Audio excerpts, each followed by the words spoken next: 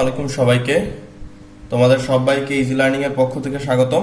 আজকে আমরা সার্বিক সেট সম্পর্কে আলোচনা করব। খুবই গুরুত্বপূর্ণ একটা টপিকস, তাই ক্লাসটি না টেনে সম্পূর্ণ দেখবে। তাহলে সার্বিক সেটের আরেক নাম হচ্ছে ইউনিভার্সাল সেট। ঠিক আছে, সার্বিক সেটের আরেক নাম হচ্ছে ইউনিভার্সাল সেট। এই সার্বিক সেটকে ইউ দিয়ে প্রকাশ করা হয়।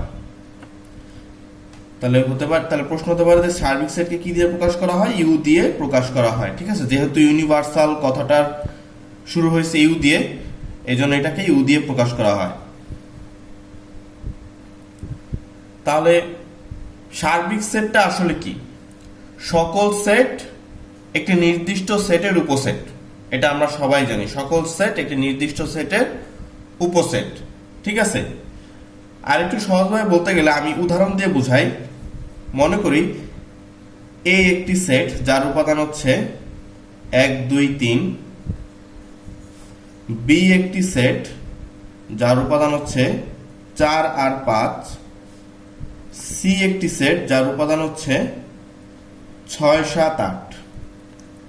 তাহলে যদি আমি বলি এর সার্বিক সেট কত হবে? এখানে মোট 3টি সেট রয়েছে, এই 3টি সেটে মোট কয়টি? 8টি উপাদান রয়েছে। তো সার্বিক সেটে এই 8টি উপাদানই থাকবে।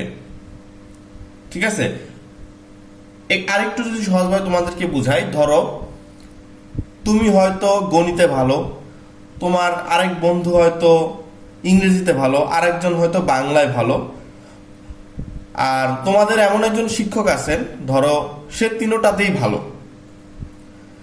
তোমাদের মধ্যে যে গুণগুলো আছে তার মধ্যে সেই সবগুলা গুণই আছে। শিক্ষক না হতে পারে, তোমার বন্ধু হতে পারে যে সে সব সাবজেক্টেই ভালো, একদম সমানভাবে, মানে তার মধ্যে সব গুণই বিদ্যমান আছে। তাহলে এর মানে হলো যে এ সেট, বি সেট, সি সেটে যেই উপাদানই থাকুক না কেন, এই সব উপাদানই হচ্ছে কি সার্বিক সেটে থাকবে। তাহলে দেখো এখানে 1 2 3 আছে, সার্বিক সেটেও কি 1 2 3 থাকবে। বি সেটে 4 5 আছে, 4 5ও থাকবে। সি সেটে 6 7 8 আছে, 6 7 8ও থাকবে। ঠিক আছে, তো এরপর যদি আমরা এটা সমাধান করি, যে ধরি এ সেটে আছে 1 3 5, বি সেটে আছে 2 4 6, সি সেটে আছে 7 8 9, আর ধরো ডি সেটে আছে 9 আর 10। তাহলে এটা সার্বিক সেটটা কি হবে? তার এই সেটগুলোর কাছে যা উপাদান আছে সার্বিক সেটের কাছে এই সবগুলো উপাদানই থাকবে। ঠিক আছে, তাহলে আমি সিরিয়ালে লিখি 1, পরে 2 3 4 5 6 7 8 9, 9 কিন্তু দুইবার আছে, কিন্তু আমরা একবারই নিব। তারপর হচ্ছে 10, মানে প্রত্যেকটা সেটের কাছে যে উপাদান থাকবে সার্বিক সেটের কাছে সেই সবগুলো উপাদানই থাকবে। আর একটা জিনিস মনে রাখবা, যদি সার্বিক সেটে যদি উপাদানটা না থাকে, যদি কোনো এরকম সাধারণ সেটে একটা উপাদান আছে কিন্তু সেই উপাদানটা সার্বিক সেটে নাই, তুমি সেই উপাদানটা নিতে পারবা না। আমি তোমাকে সহজভাবে একটু বুঝাই উদাহরণ দিয়ে। যে মনে করো এ হচ্ছে 1 2 3, বি হচ্ছে 4 5 6। ধরো সার্বিক সেটের মান দেওয়া আছে 1 2 3 4 5, 5 পর্যন্ত দেওয়া আছে। ঠিক আছে, দেখো সার্বিক সেটে কি আছে? 1 2 3 4 5 আছে। এ সেটেও কি আছে? 1 2 3 আছে, সার্বিক সেটেও 1 2 3 আছে। ওকে, 1 2 3 নিয়ে কাজ করা যাবে। কিন্তু বি সেটে 4 5 6 আছে, কিন্তু সার্বিক সেটে শুধু 4 আর 5 আছে। কিন্তু সার্বিক সেটে কিন্তু 6 নাই, বি সেটে 6 আছে। তার মানে কি তুমি এই বি সেটের 6কে তুমি নিতে পারবা না। তুমি আর কিভাবে লিখতে হবে? যে 4,5 লিখতে হবে। কারণ কি? ইউ এর শর্ত মতে বা সার্বিক সেটে যে উপাদানটা থাকবে না, কোনো সাধারণ সেটে যদি সেই উপাদানটি থাকে, সেই উপাদানটা তোমরা নিতে পারবা না। এটা কিন্তু 2024 সালে এরকম একটা প্রশ্ন আসছিল, আমরা পরবর্তীতে সমাধান করে দেখাবো। ঠিক আছে, মানে যেই উপাদান সার্বিক সেটে থাকবে না সেটা যদি অন্য কোনো সাধারণ একটি সেটে থাকে তাহলে তুমি সেই উপাদানটা নিতে পারবা না। ঠিক আছে, তো এইটাই হচ্ছে ওভারঅল আমাদের সার্বিক সেট। এবার আমরা পূরক সেট নিয়ে আলোচনা করব। ঠিক আছে, সার্বিক সেট পূরক সেট একদম কাছাকাছি একটা জিনিস। ঠিক আছে, তাহলে আসো আমরা পূরক সেট নিয়ে আলোচনা করি আজকে।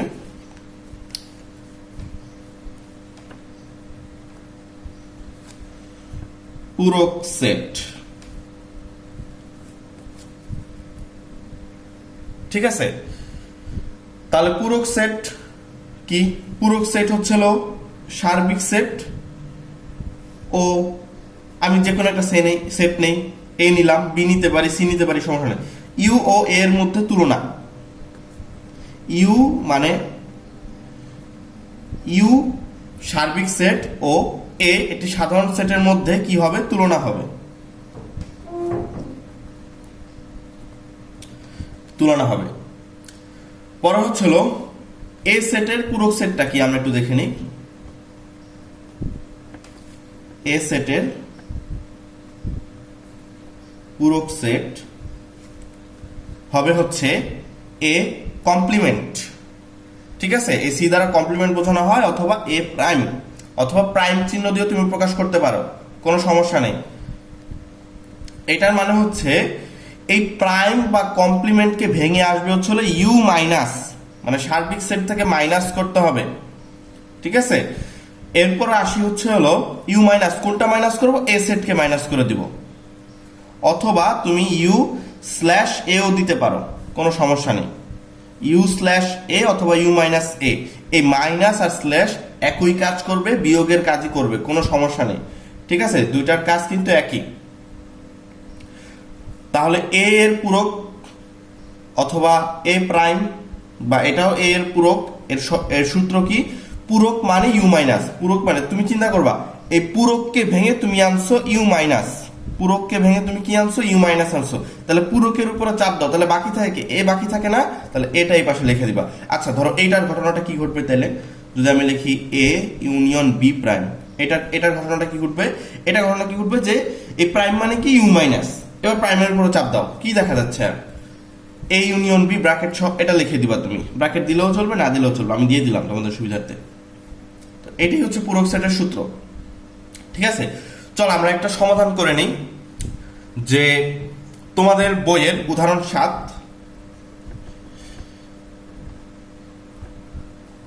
উদাহরণ 7-এ দেওয়া আছে